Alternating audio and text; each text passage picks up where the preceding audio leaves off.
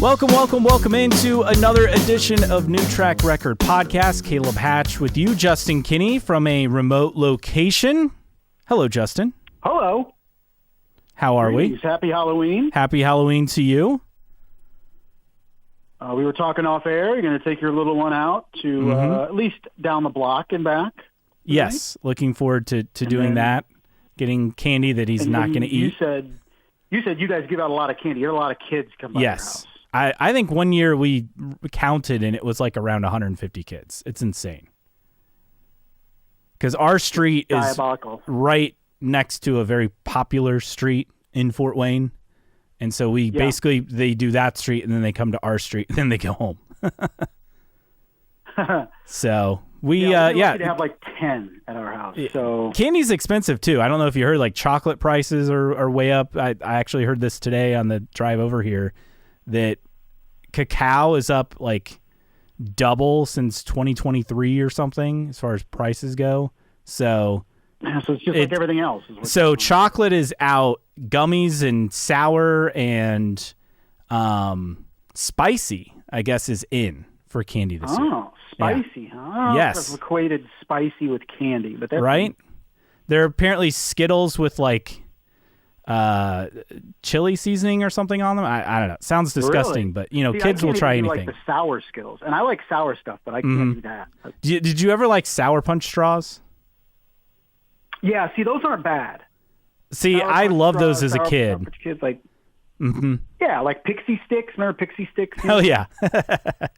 Those are great, but like, my son Noah has a friend that gets like tear jerkers and all that stuff, like the super sour stuff. I can't do those. What are the Warheads? Is he like Warheads too? Warheads, yeah.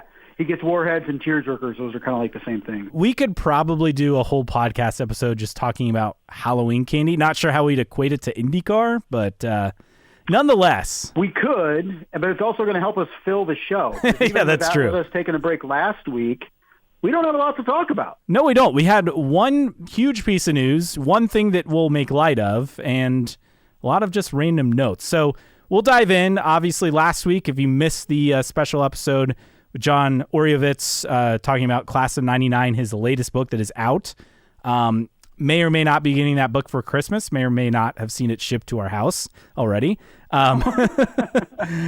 Excited to dive into that. You can open it. I know, right? That's the downside. Excited to dive into that, but check out the interview. He had a lot of good insight about that season and the timing. Unfortunate today, Halloween, Red Gloves rule, passing of Greg Moore at then California Speedway on October 31st, 1999, which is just, it's wild that it's been 26 years. It's hard to believe because Greg Moore was a guy who a lot of people thought wouldn't just be the next great, Penske driver, but perhaps one of the greatest of all time. Like, we're talking a guy who we felt like there was the potential for him to win, 4, 5, 6 Indy 500s, right? I mean, this isn't just us saying that. A lot of people have said that. Yeah, a lot of people have said that about Greg Moore, and we're going to talk about the retirement of a driver that you felt at times in his career, because of his last name and how he started his career at the Indianapolis 500, was kind of in that same boat, right? Mm-hmm. But first, we do have to talk about Marco, and didn't turn out for Greg Moore for different reasons, of course. Yes. But before we dive into Marco Andretti retiring from racing, which is going to be our main story, we do have to mention an important deadline. Today is the day, October 31st, Dale Coyne said they would have their 2-car lineup confirmed. He said, yeah, at least by Halloween, right? That was kind of their deadline. Now, I think a lot of that had to do with the fact that he expected VK to come back and that they are already pretty much signed, sealed, and delivered with Dennis Hauger. But it is just funny to make light of that because at the time when we saw that quote during the Nashville weekend, he had his big announcement with Todd Alt and then the shop expansion, and it seemed pretty obvious that Hauger was going to go there, especially seeing Coyne chatting with Hauger after the lights race there at Nashville Superspeedway. And here we are, and we probably still expect Grosjean as the favorite in that seat. But it is funny to make light of that situation because today is the deadline, according to Dale Coyne. Now, if we had gone through an off-season with Coyne having both drivers confirmed better than March by November 1st, man, we'd be in a world of hurt. So thankfully, they're providing us extended content. I don't expect it to be that much longer for Dale Coyne, but it is Dale Coyne, so you never know. For sure. All right, let's talk about Marco Andretti making it official. He's stepping away from racing, posted on social media earlier this week as we record, of course, on Halloween, October 31st from the WELT studios. There are a lot of great videos of other drivers kind of sharing their respects. And I think before we kind of get into a career kind of retrospective on Marco, I think the thing that has always stood out to me is that he has always had the utmost respect of the other drivers on the grid. I can't think of a driver who ever really had a beef with Marco Andretti. No, he was one of those drivers that was universally liked in the paddock, and it wasn't just because of nepotism or anything like that, right? I mean, Marco just was his own person and came into... I don't feel like we appreciate the pressure that was on Marco Andretti, particularly early in his career. I mean, he's a guy that came into the series effectively as a teenager, right? His first start was in 2006. So he was what? 19.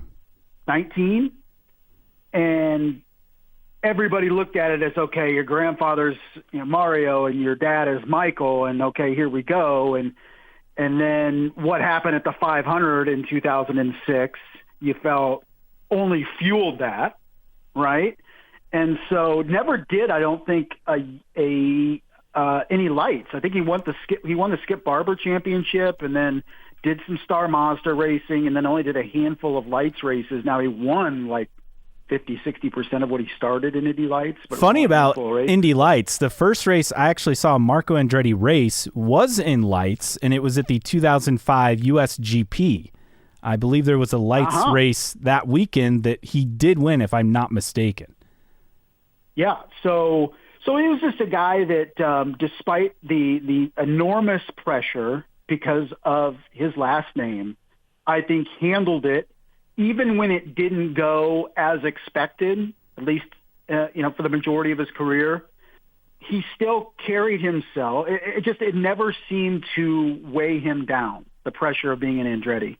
And he was down to earth guy and really was well liked in the paddock, and I think well liked by fans too. For those that, of course, rooted for Mario and Michael, and those that got to know Marco in his heyday, I just think he was a really good guy and a decent driver that didn't reach the heights that a lot of people expected, but it didn't seem to bother him. Maybe early in his career, but and his retirement, I think, is evidence of that. I mean, he's 38 years old. He very well could be trying to race full time still in IndyCar, but he stepped away from that years ago, right? Mm-hmm. He's just, and he said it in his statements in his retirement. He's content with what he did and what he didn't, and he's content with where he is right now. And that's something I can appreciate. 20 Indy 500 starts, 12th all-time, as he pointed out in his farewell post. He said not bad for a 38-year-old. He said he had 6 very legitimate shots at victory, 20% top 3 finishes at the Speedway. He said it feels accomplishing to me to be able to retire having more podium finishes than my father, Michael, the same as my grandfather, Mario, the biggest race in the world. I think there are a lot of things that we can point to. One, this was not a surprise in terms of him stepping away. You could just even kind of see on his social media posts. I mean, he has a young daughter now. He has a family that it felt like his life had kind of turned the page away from motorsports. Not to say that you can't, race and have a family, but this was a new era of his life, and he kind of dabbled in SRX. In fact, won a series championship and won a race in that. It was fun to watch. In fact, I missed that series. That was a fun series to watch. But it felt like to me, even last year, almost kind of felt like a surprise that he was going to race in the Indy 500, and I think he called it at probably about the right time, and I think he's ready for what's next, whatever that will be. And it's wild to think we're going to have a month of May without an Andretti. You got to go back to 2004 and 2005 after Michael had retired and before Marco had obviously stepped into IndyCar. But then before that, you go back to, I believe, the split era. A couple of races, obviously, when Michael was in kart, 96, 97, 98, 99, 2000, and I think 2001. And then obviously before that, you got to go all the way back to 1979 when Mario was racing in F1. So it's wild to think we're not going to have an Andretti at Indy this May. And for the foreseeable future. It's yes. not like Marco has a child in, the junior categories or even karting right now. So you never know. I really feel so his final full season was 2020? Yes. I want to say, which is the year he won pole, right? Mm-hmm. 500? Yeah, because nobody was there because of the pandemic. And I think that re-energized him a little bit for the next couple years to do Indy only, but I just felt like I'm not saying the desire wasn't there, but I think Marco, with every passing year, especially not being competitive at the 500, his last top 10 came in 2017, that I think he was content just being done. And with his dad not in the paddock anymore in IndyCar, I think that had an impact. I think that if Michael was still in charge of Andretti Global, Marco would still probably come back and do 500 only. So circumstances, but also a dude that is perfectly happy with what he's doing now. We never thought Michael would get into the business side of things, and he did. But I also feel like Marco's not a guy that I see him getting into the business side. But we were wrong on Michael. We'll see about Marco. Yeah, Marco's got his hand in jets and real estate, a lot of different stuff. Racing would surprise me, and since there's not the obvious through line with his father's race team anymore, I mean, who knows? But yeah, it felt like the last few years, like it was great to still have him there, but for whatever reason, it just wasn't, as competitive of a ride as you'd expect it to be. And Marco obviously had a lot of success. Kind of, you talked about his pole at Indy in 2020. I mean, that was impressive. I kind of want to run through some of the things that impressed me the most about his career. Full disclosure, I was a Marco Andretti fan. I was a Michael Andretti fan before that as well. I think, to me, obviously you have to have the pole at Indy, right? That's got to be on the top 5. Elsewhere, his Iowa win in 2011, great racing with Tony Kanaan. That would be on there. When he went on slicks in Detroit in the wet at Belle Isle, what was that, like 2018, I think? 2019, somewhere around then? Yeah, 2018. 2018. Just finished right off the podium, I think, that year. And then what year did he have the pole position at Belle Isle where he beat the field by half a second? Do you remember? What I'm talking about with that one? After, wasn't it? It was, fairly recent because it was, it was 2018. Okay, it was still the same year because they had 2 races that year. Yes, so that's where they had the split sessions for the doubleheader. Yeah. But he won by half a second. I mean, it wasn't even competitive from what I recall. So that would be on there. And what, do I have one more? He beat him by 0.6 of a second. Yes. He knocked off Scott Dixon. Yeah, it was 0.6. It was wild. Like, it was not even close in terms of. He ended up finishing 4th in the race. Man, what would be my last kind of impressive? You know what? I got to go back to Milwaukee in 2008 when him and Graham Rahal were on the front row, which at the time was the youngest 1-2 in IndyCar. And look, Marco was the youngest race winner in IndyCar, obviously, when he won at Sonoma his rookie year. I guess I could include the Indy 500 in 2006. That should probably be the last one of my top 5. One for me, right? Yeah. I guess that would be the obvious one that I'm forgetting. Didn't include a Sonoma win. I guess I'll leave out the Milwaukee front row with Graham Rahal because I thought that was pretty big when Marco won that pole. That to me at the time felt like, wow, this is really the next generation for IndyCar. Because if you're newer to IndyCar, I mean, one, the sport's a lot healthier now than it was when Marco Andretti came in 2006. Definitely. You had one OEM. It was all Honda. You had one chassis manufacturer at that point, and you were lucky to get more than 17 cars on a race outside the Indianapolis 500. So at that time, 2006, 7, 8, Graham Rahal comes in, wins his first race. Like, I know that fans kind of wanted to pit them against each other, but that was never really the case in reality, right? It felt like, wow, this was IndyCar's shot to kind of make it on the big stage again and, have national relevancy, and it didn't quite work out that way.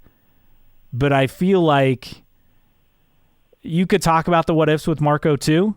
I mean, there are a lot, right? I can think of so many races that got away that, he probably should have won. I mean, Pocono 2013 is always the first one that comes to mind for me. Texas, I think 2011 is another one. Numerous Indy 500s, but there's just, I think there's so much to dive into with what he did accomplish. Yes, I know that you look at just 2 race wins, but the pressure, as you mentioned, and the fact that he did have a long, sustained career, and he was competitive. I mean, he wasn't, it's not like he fell off the map and was clearly just, oh, he's there because his dad's the team owner. Like that didn't feel like the case really until the back end of his full season career.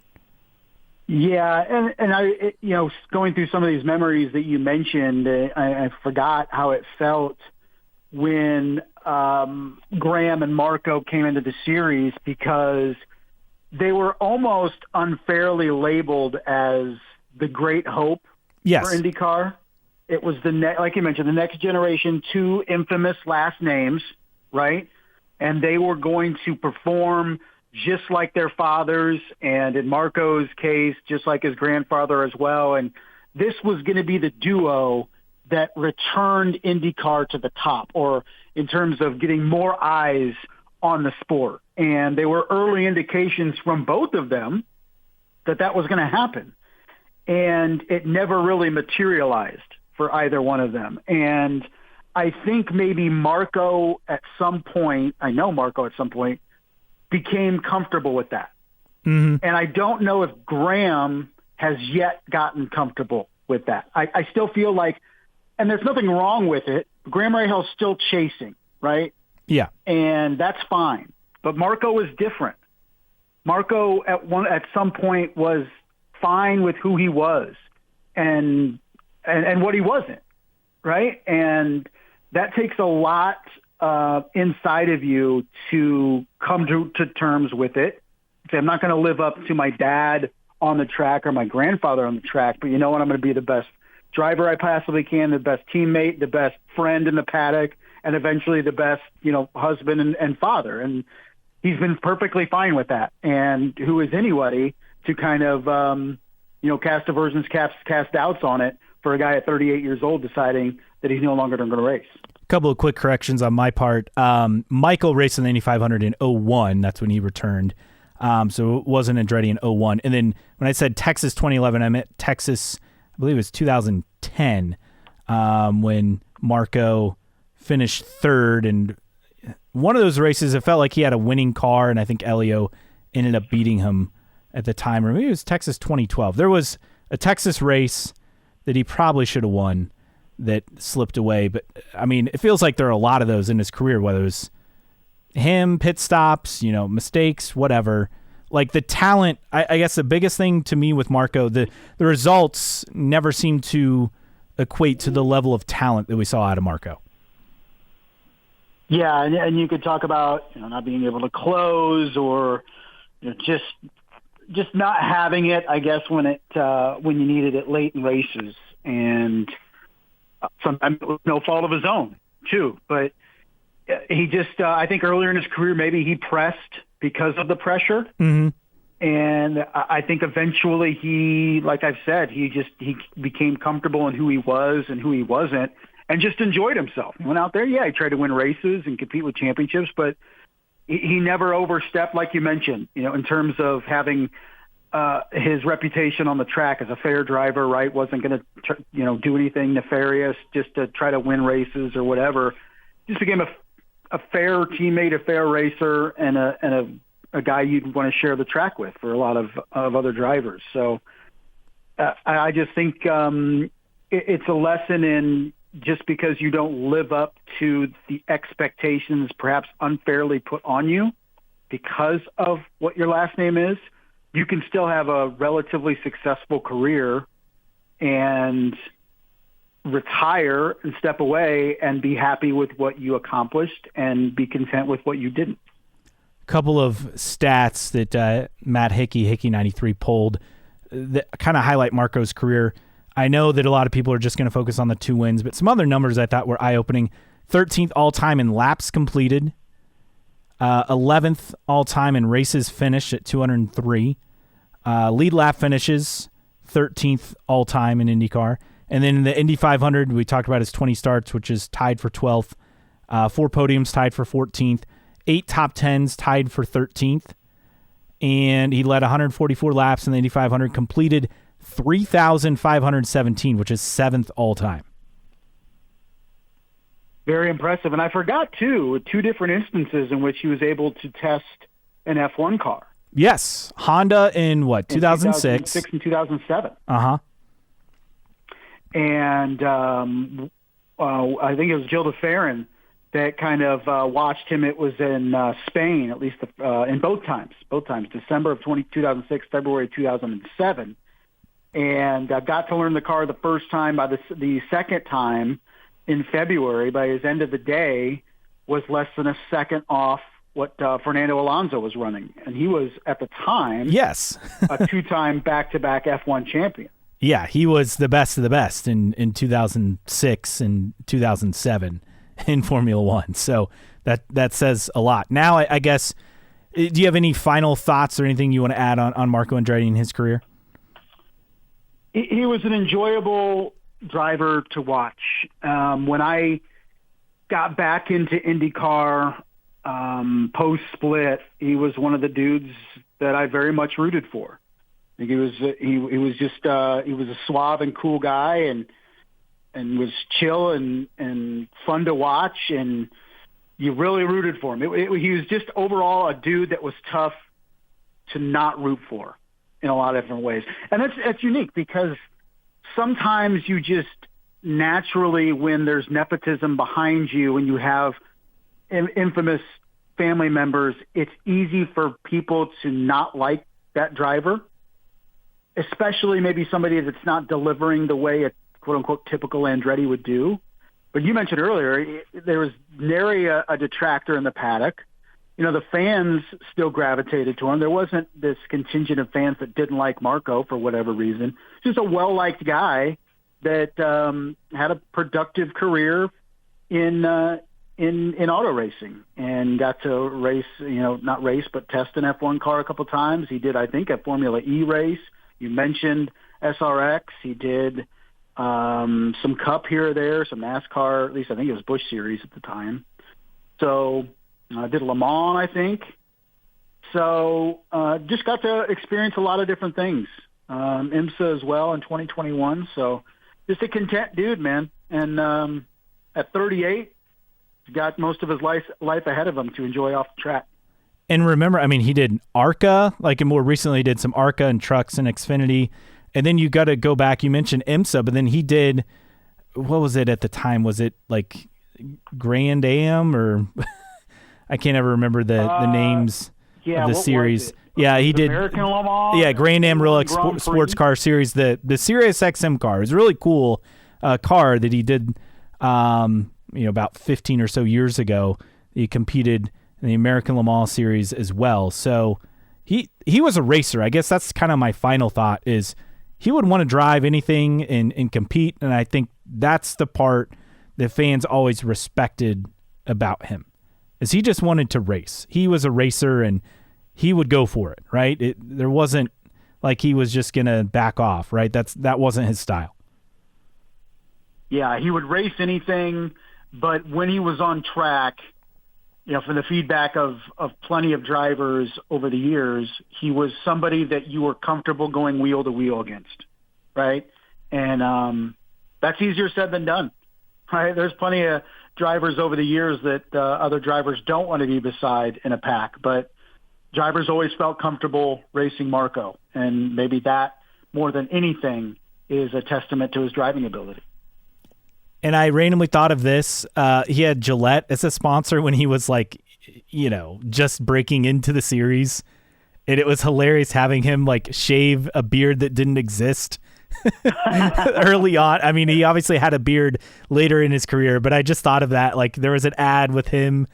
I don't know if it was him and his dad and his grandfather, but it was like kind of like, okay, this guy he can't even grow a beard at this point. They're having him shave for Gillette. That's kind of the funniest off track besides all the pranks that he pulled on other drivers. To me, that was kind of one of the funniest things I can recall. Yeah, I remember he was sponsored by Venom there for a year or two. And I saw a Venom truck the other day. Did you? Yeah, it was like this was driving around. I don't know. It was just dropping stuff off at like a Dollar General, but it was a semi truck. It was branded Venom. So this is still a thing? Like I've never seen Venom anywhere. I've seen it in years past, but I don't know if Venom Energy still exists. I don't think it does. No, it still does. It does? Part of Dr. Pepper Snapple. I believe it still exists. Yeah. I've never had one, but I remember those Venom cars. Yeah, well, okay, one last thing on Marco, and then we'll move forward. Favorite livery with Marco Andretti? I am kind of partial to those Venom cars. What about you? U.S. Concrete? It would have to be did he have like a rum chata? Rum chata, yes, he did. Yes. Rum chata. To me, it's got to be the Indiana Jones livery, where the fire suit had the hat, and then it kind of had like the whip. Like that to me had to be by far that's my favorite all time, without a doubt. And that was for Indiana Jones 4, I think, at the time. Yes. So this would have been the 08 Indy 500, where he was not only competitive, but I mean, he was one of the best cars in the field that day. And Scott Dixon got the win, and Vitor Meira was second. Marco Andretti, I believe, was third. In 2008. One of the best drivers to never win a race. Yes.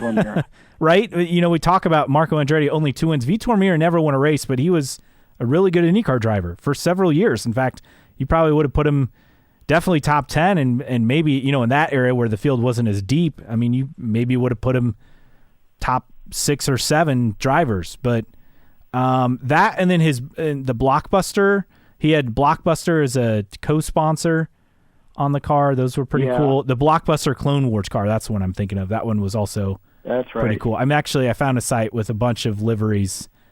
The Venom red and black was also very cool. And then I liked the RC Cola car that he had in 2012. I forgot about the RC Cola car. That was cool. 2012, 2013, that era. And then Snapple for a bit. But yeah, the Indiana Jones one by far my favorite overall over the years. And who knows? We never thought Michael Andretti would get into the business side, and look what happened and what that turned into. So, you never know. Marco could pop up and follow maybe a similar path to Michael at some point. For sure.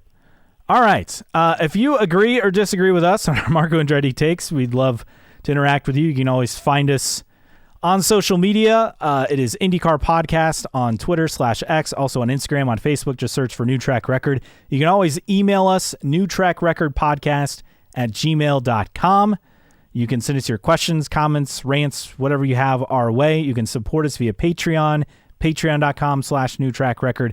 And as always, download and listen on your favorite podcasting platform, whether that is Apple Podcasts, Spotify, or wherever you find your podcasts. Okay, with that, time to get into the mailbag, and we have just a couple of things to get to on the mailbag from, well, I guess you go back a bit here since we last did a live episode for you. So first, going all the way back to the interview that we had with Indy Oreo, and we got some feedback on that. So if I can actually find the machine here. Well, we got this one from a Real Buddy Woe, said, I've been saying for years it should be the Marty Roth Random Split Air Driver of the Week, literally the poster child for it. That is true. I can't believe it took that long. Right? For me to bring up Marty Roth. That's my bad. He is the poster child for it in terms of random split air drive. I guess that might not be very random, though. That's, I guess, part of the problem. Elsewhere, thanks to Ryan with the shout out for us in terms of off-season IndyCar content. Thanks for passing along our name. And I know we do have some feedback on the... Here we go. This from Lynn_IndyCar. Great interview with Indy Oreo on his book, Class of 99. There's an amazing group of drivers in that class. I always wonder how great Greg Moore could have been, how great Juan Pablo Montoya could have been too if he stayed in kart instead of going to F1. Well, if I remember correctly, Montoya was under contract with Williams, and kart was just kind of like they didn't have the space in terms of Williams F1 for him, so they basically like shipped him off to kart for a year, and then he was a year or two, and then like the contract was then with the F1 team. Is that right? Am I making that up? Or I believe so, because he did like F3, like he came up over there. Mm-hmm. Because he was F3000 champion. Correct. And then went back over. Now I thought, in thinking about Juan Pablo Montoya in terms of surprises with driver announcements, when he returned and went to Penske, I just remember that being as like a wow type moment. Mm-hmm. And it was, gosh, what is it, like 10 years ago now? It was 2014. Yeah. Yeah, I mean, it was the heyday, I guess, of message boards and stuff. He didn't have like social media like you do now. And I think he just caught everybody outside of insiders kind of for a loop that he was returning. But yeah, I think that was the case in his first stint, that he had to go back over and race in Formula One. And he raced for McLaren too, didn't he, over there? Yeah, he was with Williams 01 to 04, and then McLaren 05, 06, and then shifted to NASCAR. So I did look it up, and so he was with kart with Chip Ganassi Racing on a 3-year contract after Williams signed Alex Zanardi from Chip Ganassi Racing to drive for them instead of Montoya, because Williams wanted a more experienced driver, thought Montoya needed more development. So Montoya couldn't drive for Jordan, Stewart, Minardi, and Sauber because he was under contract to Williams, but Frank Williams enabled Chip Ganassi and team manager Mo Nunn to sign him. So it's kind of like they had a deal together. And then he left Chip Ganassi Racing with Ganassi's approval, debuted in F1 with Williams the 2001 season, a 2-year contract that he signed in mid-2000 to replace Jenson Button. So this is funny. He began losing weight to appease senior Williams officials and to become more race-ready. He was so good in F1 too, though. That's the thing. Like him at his peak was wild. But yes, it is crazy to think, I mean, how many kart titles Montoya would have won if he didn't go to F1 during that era as well. And I didn't realize how many Formula One races he won. Yeah, he was really good. Like, I know people think of that era as just being dominated by Schumacher, but if there was a number 2 guy, it was Montoya. Yeah, it was. He was pretty darn good, and with both teams, he won races with both Williams and McLaren, I believe. He's very good with both those teams, and like he had some good teammates as well. If I'm not mistaken, he was with was he with Ralph Schumacher at Williams, or would that would have been after? Would that have been after? I think it was after. Okay, and then at McLaren, I'm trying to think of who he teamed up with, but either way, let's see. I mean, was Kimi Räikkönen his teammate? I think so. I want to say maybe. I don't know if it was both years. I think at least 1 year he was with Räikkönen. So in 06, it would have been, Räikkönen and Montoya. So again, loaded talent. Yes. With that team in that era. F1 world champion. Okay, Ralph would have been in 04 and 05, I think. Yeah. Or 04, I guess, because 05 he would have already been moved to McLaren. But either way, yes. I don't think they got along, Ralph and Montoya. I don't think so either. If I remember. And then I posted the Dale Coyne Racing poll on, will they have their driver announced today? Nearly 92% of you said no, and I don't think we're going to have a driver announcement. But Lynn_IndyCar said, I heard a rumor they're waiting to see what happens with the Red Bull F1 team. More on that in a second. NK Harden said it's a close race. And Tommy the Treat 01 hit yes by accident. I hate my fat fingers sometimes. Hey, we all do it. So the F1 rumor. So, yes, Grosjean is viewed highly by Dale Coyne, but Lynn brings up the point. There's a lot of chatter behind the scenes where there's a chance that Yuki Tsunoda could come to IndyCar. Really? That's what I've been seeing. I saw that post, and I thought it was like a tongue-in-cheek type thing. No. Well, remember he tested in IndyCar. Was that last year or 2 years ago? With a Honda event where Verstappen tested the sports car. So it's not like he's never tried an IndyCar out. And look, that second Red Bull F1 seat is cursed to begin with. I mean, the fact that Checo lasted as long as he did is impressive. Right. So, I don't know. I think it would be huge for IndyCar if Tsunoda would come over. Because, yes, it would. As we've talked about before. With Mick. The representation from Southeast Asia in the series is minuscule at this point. No, that would be pretty big indeed. All right, that's the mailbag. So let's get to news and notes, and there are a ton of random things to dive into. First, though, I want to talk about this because it's an interesting discussion point. Did you see this motorsport? Now, the NASCAR lawsuit, we're getting a lot of documents come out, and NASCAR apparently considered looking into a joint TV media rights deal with IndyCar.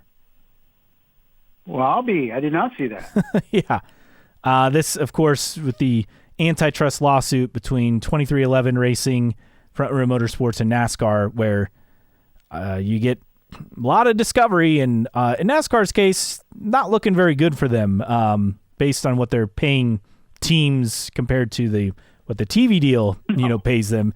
I think I saw someone break it down. It was like per race, teams were getting like, I don't know, it was like under $200,000 per race, which is laughable considering how much money NASCAR would be pocketing in that scenario. Now, it's better than, zero yes. teams get an IndyCar per race, but still, not a lot of money. Yeah, for sure. But I thought that was interesting that motorsport.com has a whole article on, what would that look like? Obviously, it's irrelevant because that didn't happen. But apparently in May 2019, NASCAR and IndyCar explored trying to package their TV deals together to maximize revenue, but it never got off the ground. I mean, it's like, I don't know. What's the play? Is that I don't know why NASCAR would want to do that at the time. You said 2019? Yeah, well, because cable was starting to slip, and remember, IndyCar was with NBC, and NASCAR had a bulk of their stuff with, is NBC and Fox split. Now they're NBC and Fox and Prime and TNT. And Prime. So I think that's maybe what the play it didn't was. Happen, so. Yeah. Either way, interesting headline. Okay, another interesting headline. So I talked to you about this before, and it's the Ed Carpenter Racing lawsuit against former sponsor Todd Alt and his businesses has been dismissed. Okay, pretty harmless, right? But what was interesting in the Racer.com article by Marshall Pruitt is that the reason why this was dismissed is because Todd Alt didn't actually sign the contracts for this. This is wild. Like, this is okay. Often we skip over these court case stories because it gets too into the weeds, but this was pretty simple where even I can understand it. The key sentence here: first matter reviewed by the court was Alt's alleged personal guarantee, which the judge says lacked the authorizing signature required to form a valid contract. So they tried to sue him based on emails and not a signed contract. Yeah, basically. There was no signed contract. They had email conversations back and forth, but basically, ultimately, the judge closed the case by dismissing it with prejudice. Can't be refiled by Ed Carpenter Racing. They can appeal the decision, but obviously, I mean, good luck with that. Marshall was unable to get a comment from ECR on if they will appeal and getting a response, but I just thought, wow. I mean, you went and had them sponsor the team in 2024 on the hope of that would come through without a signed contract. I mean, they would pay. On one hand, it's like, okay, yeah, you have a deal, you should probably pay it, but it was never signed. So it's both parties look bad, I guess, in this scenario to me. Yeah, I think the team looks worse. Like you're cutting deals with no official signatures, right? And you're hoping they pay type thing. Like it's tough to be on their side when such basic things aren't taken care of. Correct. All right, we had a bevy of Indy Lights announcements, highlighted, of course, by Enzo Fittipaldi, finally official. He'll move from Formula 2 to Lights. This is funny. The racer tweet said Indy Lights, so whatever we're doing, it's working. Did he really? Yes. It literally says Indy Lights on the socials. It is making some traction. It says Indy Next on the actual, I think, headline, but he'll be with HMD. That's not a surprise. We've kind of known this was coming down the pipeline, but still, obviously, this is very big. And it does say something, and he's going from F2 to Lights. Yes, he's tested an IndyCar a couple of times, but, quite often you see drivers and they're like, oh, I'm just going to go straight to IndyCar, whether it's F2 or F1 or whatever, but props to Enzo for getting the experience. Now, it is kind of silly that Colton Herta has to do the F2 route as he was confirmed at High Tech for next year while we were away, but I guess that's how it goes, right? You have to play by their rules over there. Yeah, it is funny. I just keep going back to them still calling it Indy Lights. It's nice. But we'll see if Enzo Fittipaldi can make some noise in Indy Lights next year. Yeah, in fact, you're going to have a 24-car grid. Also on the grid with HMD, Jack Beaton, an Australian. We got news of AJ Foyt coming back to Lights. We got news of Ed Carpenter Racing in a partnership with Jay Howard Driver Development and what was Andretti Cape. They've split off. They will have 2 cars in Indy Lights. So basically everybody but what? Penske, McLaren, and Rahal. 2. Prema? And Prema. And Shank. And I mean, Penske is kind of involved monetarily. They're involved with drivers, and Rahal's exploring it as well. So I just think. But I think we've talked about it before about the Freedom 100 and people clamoring for the return of Freedom 100, even though it doesn't affect the Carb Day crowd whatsoever. But also when Indy Lights went from running under, was it Dan Anderson, road to Indy, and basically taken over by Penske Entertainment, you have to feel like this was the goal, right? To align it more with the IndyCar series. Yes. And that's what they've done. And in terms of the schedule, right, more race weekends or races on race weekends, less doubleheaders, and now with more of a presence from teams in the Indy Lights paddock. And I think what Roger Penske and Penske Entertainment have wanted this series to start looking like, we're starting to see that. You got to remember, 10 years ago, we were looking at fields of under 10 cars at a race weekend. And nobody involved outside of what, Andretti? Yeah. Andretti and Schmidt. In terms of IndyCar teams? Like it was Andretti and Schmidt for all those years, right? Yeah, and then Schmidt got out of it. Yes.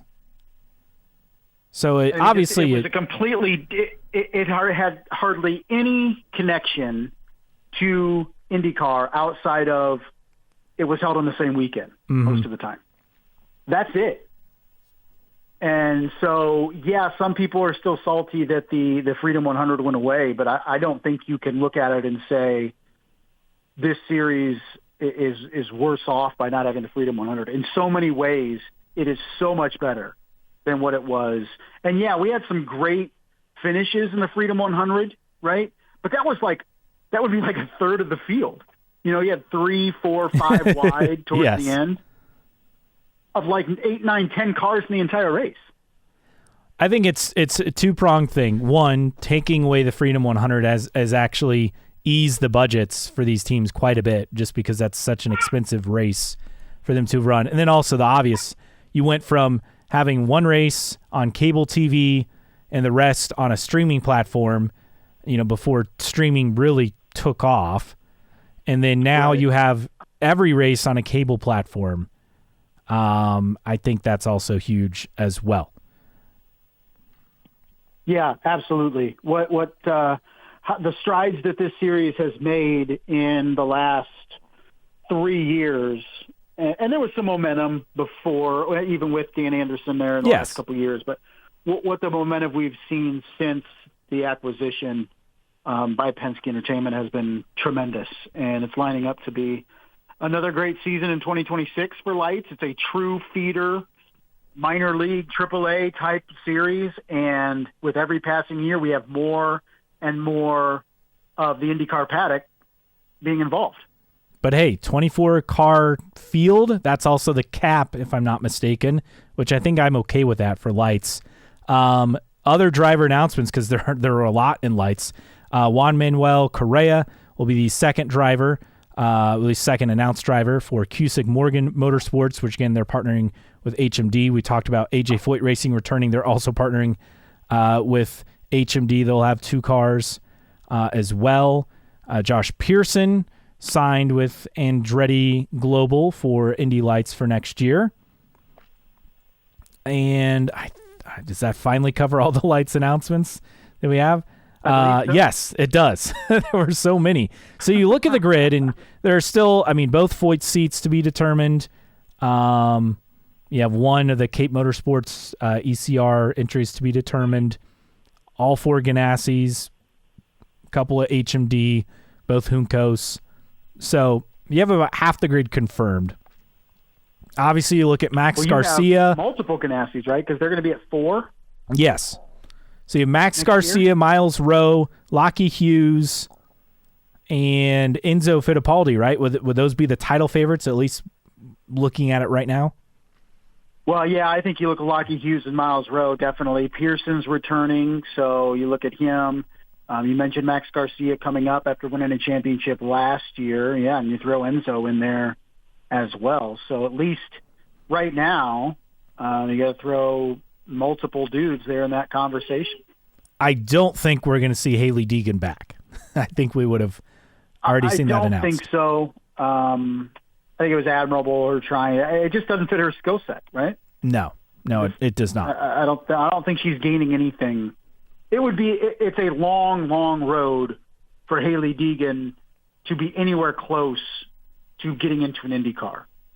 And I just don't think she wants to go down that path, and it would take forever. I totally understand. Continuing on in IndyCar announcements, this was pretty big. So Drop Light, which is the primary sponsor for Louis Foster, they've expanded into a new multi-year relationship. So that's good, because not only does that mean they have a new long-term partner, Foster, who showed a lot of promise last year outside of a very bad mistake at Nashville in the season finale. Desnuda is apparently their tequila brand, so I was kind of confused, but that is related to Drop Light. They're on the car for Nashville in the Indy 500. Still never figured out what they actually do, but hey, if the check clears, the check clears. As we've looked into Drop Light, that contract signed. Make sure it's signed. I couldn't make sense of it, but again, multi-year deal, that's always good. And I kind of wonder if that helps in terms of courting Mick Schumacher, knowing you got 2 funded entries and now the third, whatever happens with the Devlin DeFrancesco financial stuff, which we don't have a clear answer on and probably won't get one. But that's pretty big for that team. Elsewhere, Colton Herta, who we mentioned is going to High Tech, he's also going to competing in the endurance races with Wayne Taylor Racing. So he'll compete in IMSA next year as well, doing the 24 Hours of Daytona.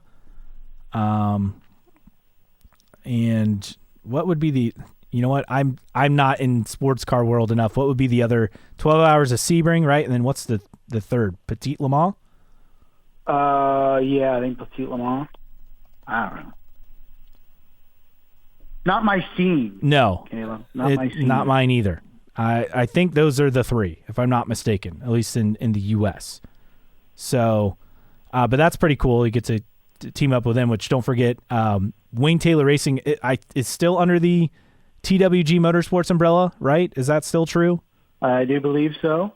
And then Colton Herta was on the Stickers and Send It off-season podcast, talking IndyCar. And remember, Colton Herta wasn't even aware that F2 didn't race the weekend of the Indy 500, and that it was possible for him to compete in the 500. And he said he'd love to do it.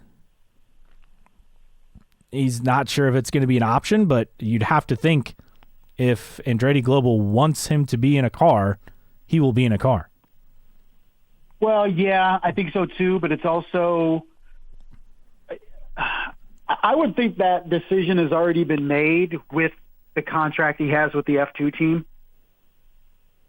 I would think, hey, the clause is, hey, can I still run the 500 or not? Because over there, teams are very territorial with their drivers. Yeah, there's no F2 we don't though. Want you going over there, yeah, and risking injury. We invested a lot of money in you for F2. Mm-hmm. So I don't know. I still think, in my opinion, it's a long shot for Colton Herta to race the 500. If he's going to be, if Pfeiffer's set on Formula One, he should focus solely on F2 and Formula One. That's my opinion. I think it's only possible because the F2 schedule, it has the gaps to make it work. Like in terms of racing, like they do race. Let me pull up the 20. Well, they don't have the 2026 schedule here on their site, of course, because that would make too much sense. Too much and too easy. Yeah, in the drop down. But you look at the schedule, so they are off all of the month of May. So it's like, this is possible to do and not be a distraction. It could, but at the same time, it's not like as a driver, you're sitting on your butt not doing anything if you're not racing, right? Correct. You're in a sim, you're working, and they're two completely different cars too. Now, granted, it's easy for him to get back into an Indy car because that's where he's been in, but I don't know. I guess my thing is you sign with High Tech and their opinion may be, look, you're committed over here. You had your chance over there. If you're focused on getting to Formula One, we need you 100% focused, whether it's race weekend, whether it's a month off, whatever. We need you here, locked in. And F1 is in Montreal the same weekend as the Indy 500. Same day, in fact. What's that? F1 in Montreal. So maybe he'll be there on site doing stuff with with Cadillac or whatever. Yeah, right. I don't know. If I'm Colton Herta, it shouldn't be a goal for me to go back and race the Indy 500. It shouldn't be. Like, if you're serious about this, then be serious about it. Mm-hmm. I think selfishly, IndyCar fans would like to see it. Well, duh. Right? But I don't think that's in his best interest. That's understandable. I just think there's a legit shot only because F2 is off the entire month of May. So it wouldn't be a distraction. Yeah, but like you said, Cadillac F1 would be like, hey, on your month off, you're going to travel with us, and you're going to see how this goes. Also a possibility. All right, a couple of notes from the Racer.com mailbag. So we're still not getting clarity on Stingray Robb. This is... I'm not sure which one's more puzzling. Devlin DeFrancesco and Ray Hall, where there's nothing, really, since Nathan Brown's article on the Leader Circle deal, or Stingray Robb, where his manager, Peter Rossi, says, yeah, he's under contract, but Juncos has not acknowledged him as a driver for 2026. Yeah, I think similar. Not much has changed since a couple weeks when we talked about this. I think the goal is somebody comes in or they find money to buy out Stingray Rob. And they don't want to commit to him until they absolutely have to. I would be surprised if Stingray Rob is back in that seat. I think they're hopeful that they can find a replacement, but I think they're asking a lot to replace that level of funding. I would imagine. That's why I don't think they're committing to it yet, because they still have, a couple months till they have to hit the track, right? Yeah. And Pruitt said he doesn't doubt the contract being a 2-year deal, no performance clauses in the contract, up to date on payments to the team. So everything's locked in. There's no breach or anything for Juncos to part ways. But Marshall does say he's questioned whether the team wanted to continue with Stingray Rob or seek some form of amicable split. Stingray Rob's side has been playing offense or defense, depending on how you look at it. Make sure everybody knows he's got a deal for 26. And what has Juncos said? It's been consistently silent on the matter. So that's the part that is interesting. This is when we think we've seen everything, right? He's under contract, but the team is not mentioning him anywhere. Yeah, them not acknowledging it says a lot. And even the quotes from Rinus VeeKay, as Marshall Pruitt pointed out, deliberately omitted talking about teammate Stingray Rob, right? Yeah.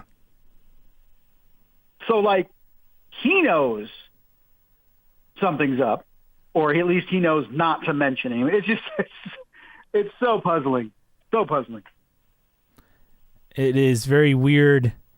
And VK was asked about Stingray Rob, but there's no I'm excited to work with him. There's none of that. So no. This is weird because, as Marshall points out, Stingray Rob's gone to and left Coyne, Foyt, and now he's at Juncos. What's next? There's not really another IndyCar seat for him.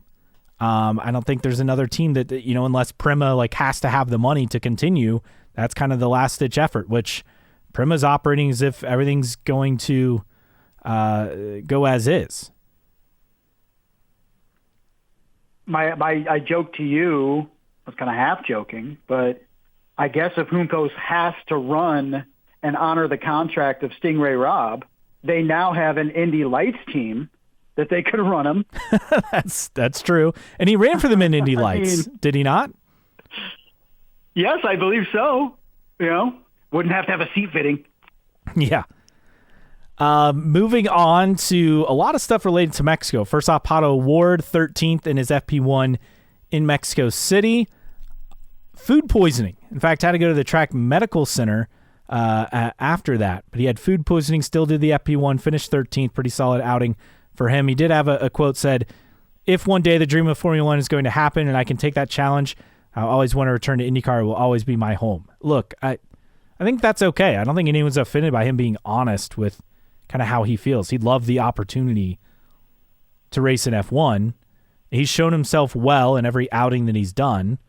It's just a matter of there aren't seats at McLaren. And in terms of F1, and you're not going to leave the McLaren F1 team with the contract they're giving you either. So it's just kind of, right. You're at where you're at, and you're in a good spot. Even if you don't realize that F1 dream, you're still in a good spot.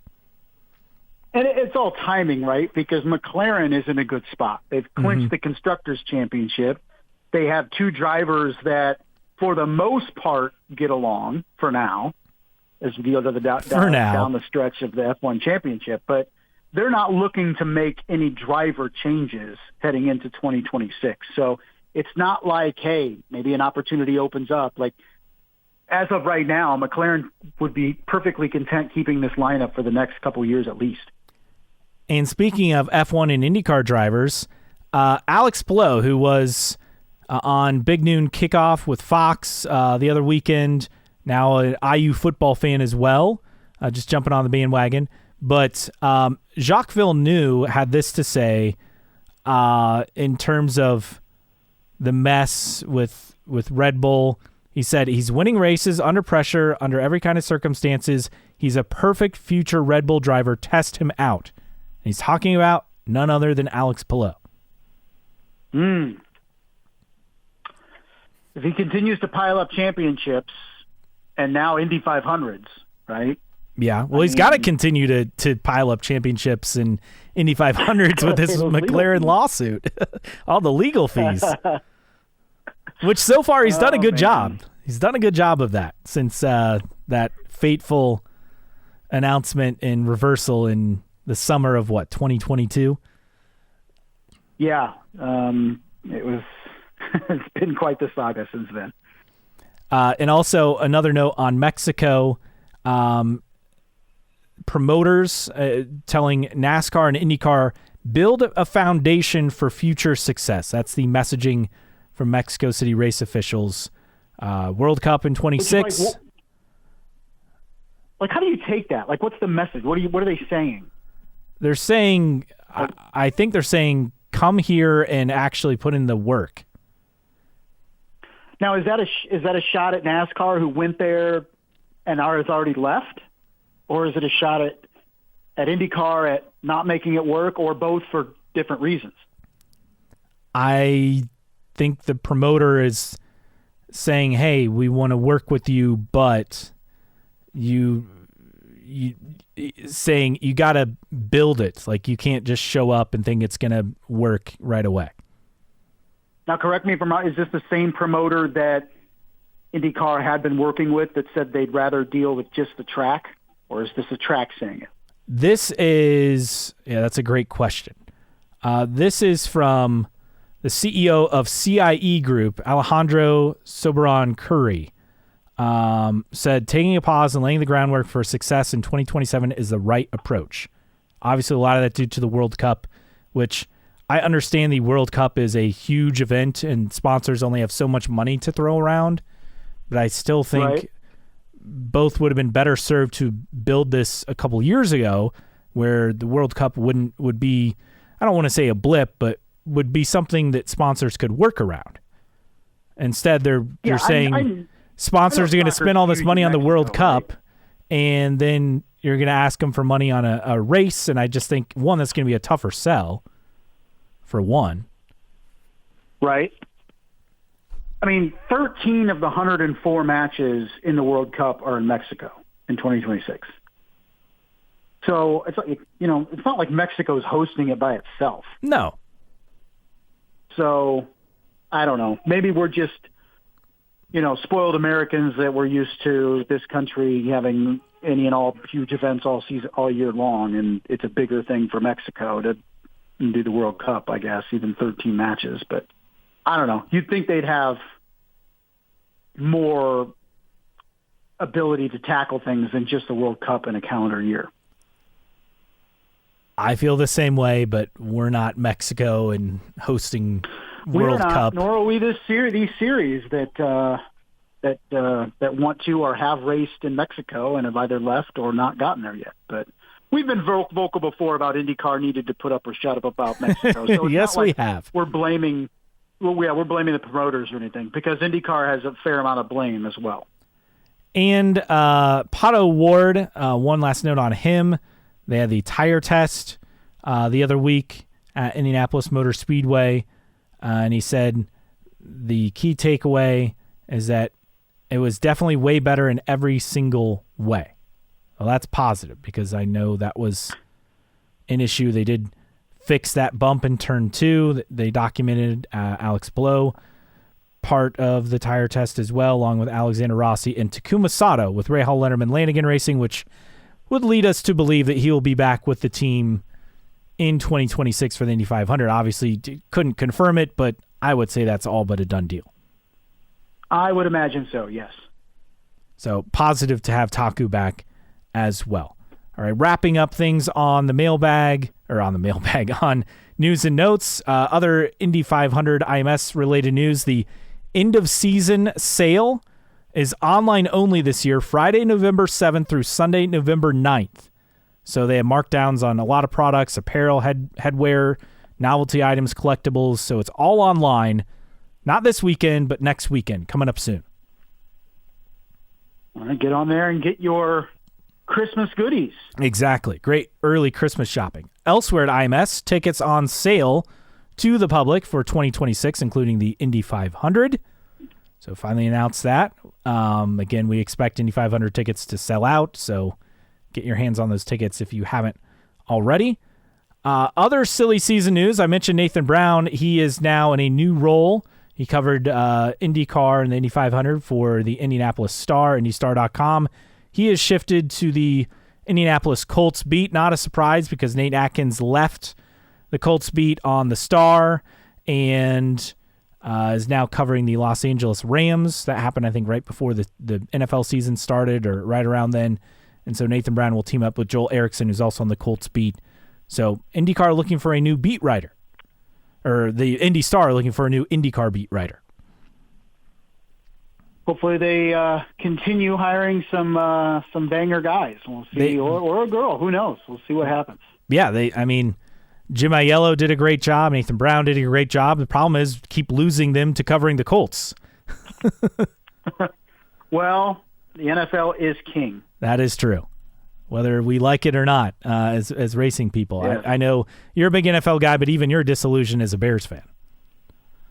Yeah, that's for sure. But reading The Athletic as I do, every NFL team has multiple beat writers now on The Athletic, and if you're the home newspaper in the Indianapolis Star, I mean, it's just night and day from IndyCar coverage to Indianapolis Colts coverage. I mean, we may not like it, but the volume of people ingesting Colts news is massive compared to IndyCar news.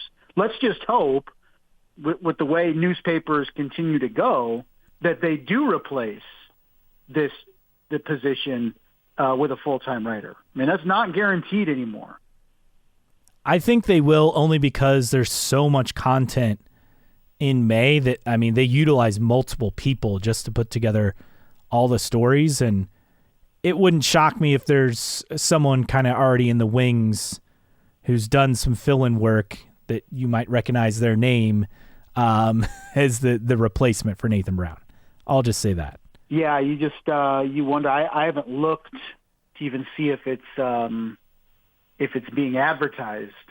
I haven't either. Open position, but I highly doubt that they don't have a clue on what direction they're going to go with to fill that position. I would hope they have a plan, yes, but they also have some time too. Yes, and that's the positive. This is the slow period for IndyCar. If you get that spot filled by February, you have content days, and then into the month, beginning of March, you have St. Pete. I mean, there's plenty of time to get that sorted out in the short term. Yeah, I mean, in a pinch, Nathan Brown can put together a story or two if something big breaks. For sure. A couple other quick notes. Callum Eilot exploring multiple sports car options for next year in IMSA and a return to WEC as well. From Sports Car 365 the other week. So keep that in mind with the Prema silence. It sounds like the Prema's all things are go. Marshall Pruitt had a silly season update a week ago, and it seems like all things are go, but again, they've been very quiet, but everything is as business as usual, right?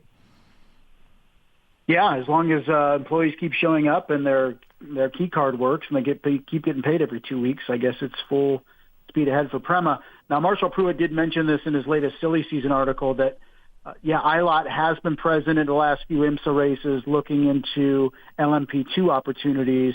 The LMP2 calendar has zero conflicts with the IndyCar schedule next year.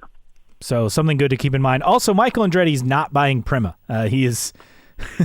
He said it himself on social media. About that for about 4 hours or whatever. Yeah, right. He squashed that rumor almost immediately. It was impressive. It was some sort of aggregate error that misquoted Marshall Pruitt on his podcast. Effectively, gotta love that. I'm sure we've been misquoted before too. Yeah, anything that you don't like, I'll just say we were misquoted. Yeah, or the social media equivalent. I was hacked. Yeah, exactly. I was hacked. We've seen that many times. The Mick Schumacher test, Marshall did say that it wasn't just a publicity stunt. They want to put something together, but they obviously have work to do in terms of getting that deal done. But obviously there's some serious interest there, as there should be. Definitely. Be great to have, you lose an Andretti, gain a Schumacher, maybe? Yeah, not too bad. Not too bad. Right? Yeah. And I think we're on our final note and some sad news. Al Spire, I'm sure you recognize the name. If you followed IndyCar for a long time, he was in charge of Firestone Racing for many, many years, passed away earlier this week. 39-year career with Firestone. He worked a lot in IndyCar eventually. He was the exclusive tire supplier with Firestone. He came in 1990 to Indy Lights and then helped Firestone take the steps to join CART in 1995 and then the Indy Racing League the following year, and really kind of helped them grow and defeat Goodyear, which was the dominant supplier for many, many years. And obviously they've been in IndyCar ever since. So he was in charge of, I'm trying to think of what his exact title, but kind of like the Firestone Racing kind of leader. You hear the interview on the radio broadcast, all the time during races. Always had good insight, but he passed away earlier this week. But with Firestone for nearly 40 years. Very impressive career, and obviously a key part in Firestone coming to IndyCar. Yeah, I mean, he effectively brought Firestone back to IndyCar. And it was it's an interesting story. If you look into it, a good story by Marshall Pruitt on Racer.com. All right, with that, no good tweets. There's nothing worthy of tweets of the week. Huh? No. So with that, we move to our random split air driver of the week. Well, this is a name that you and I will be familiar with, but I didn't know the entire backstory of Mr. Robert Dornbos. Yes, the Dutchman, the Flying Dutchman. Yes, the Flying Dutchman, or the Flying D, as some called him. This is something I didn't know. So we'll get into Robert Dornbos here to start off, and then we'll get into details here. So he raced the entirety of the 2007 Champ Car season, which puts him in the latter era of the random split era. But he also did the full season in 2009 with Newman Haas and raced some races with HVM. What I didn't know in 2007, I didn't know that Minardi was a part of the Champ Car World Series. He raced for Minardi Team USA. I guess I never really connected those dots. Yeah, you're right. That would be Minardi related to the F1 team because he raced with the F1 team. Correct. He raced for Minardi in Formula One and Red Bull in Formula One, and Jordan in Formula One, in fact. So I think he started 11 races, I want to say, in Formula One, but then he made his way over to the United States, missed a racing seat in 2007, so he signed a contract with Minardi Team USA for the 2007 Champ Car World Series season. His first race, the Vegas Grand Prix, he finished second, which made him the first rookie since Nigel Mansell in 1993 to make it to the podium in his first Champ Car race. At the Grand Prix of Cleveland, he almost won the race, had a drive-through that cost him, finished second to Paul Tracy, but then a week later at Mont Tremblant Grand Prix, he was able to get the victory and ascended to number one in the standings. Ended up finishing third in the 2007 season with a couple of wins, also won at San Jose. And that was it for him in Champ Car. Of course, he was couldn't find a seat in 2008 in IndyCar. And then on 4 of August 2009, it was announced that he was leaving Newman Haas, effective immediately. Now, this is midway through the 2009 season. So let's say he started the season with Newman Haas. He was one of those guys with no oval experience, but Arie Luyendyk, fellow Dutchman, took him under his wing to kind of teach him the ropes. Finished no worse than 12th in his first 3 races, which isn't saying much. Like you mentioned, I mean, you got 17, 18, 19 cars in those races. Well, in 2009, there would have been a lot. There would have been 2009, because of the recession, you would have had 22 or so cars outside the Indy 500. That's true. I think was that the first year of Versus, 2009? Yes. I want to say it was. But, as he finished, he finished his second. Oh, no, he started in second. Because Morrison's outraged right now, my little guy. He started second at Kansas. I remember that. And lined up beside teammate Graham Rahal. So it was an all Newman Haas Lanigan front row for the first time since 2006. He took the lead after the first round of pit stops, but then bumped a stationary tire, and so was penalized, had to go to the rear of the field, was no longer a factor. He was then released later in that season by Newman Haas after Kentucky. He then contested the final 5 races of the season with HBM Racing. So throughout 2009, his best finish 4 times, finished 9th at Long Beach, at Richmond, at Watkins Glen, and Edmonton. And that was it. He started 23rd at the 2009 Indianapolis 500 for Newman Haas Lanigan. He finished 28th. After that season, he got out, went to some Super Formula, and that was it in terms of his racing. He co-founded this one's great. Dornbos co-founded Kiru, a Dutch company involved in the production of sex toys. Oh, gosh. So, hey, Robert Dornbos, good on you, Dutchman. He is currently... or he has been, I don't know if he still is, a Formula One analyst for the Dutch broadcasts of Formula One. Ziggo Sport. Still a thing for him. I remember when he came to IndyCar in 2009 with Newman Haas, it was like, wow, this guy was really good, in Champ Car. And granted, the fields were watered down in both series in 2007, which would have been the year he contested in Champ Car. But he was quick, and I remember that Kansas race with him and Graham starting 1-2. I'm like, wow, they're going to be really good this year, and it just did not really work out after that.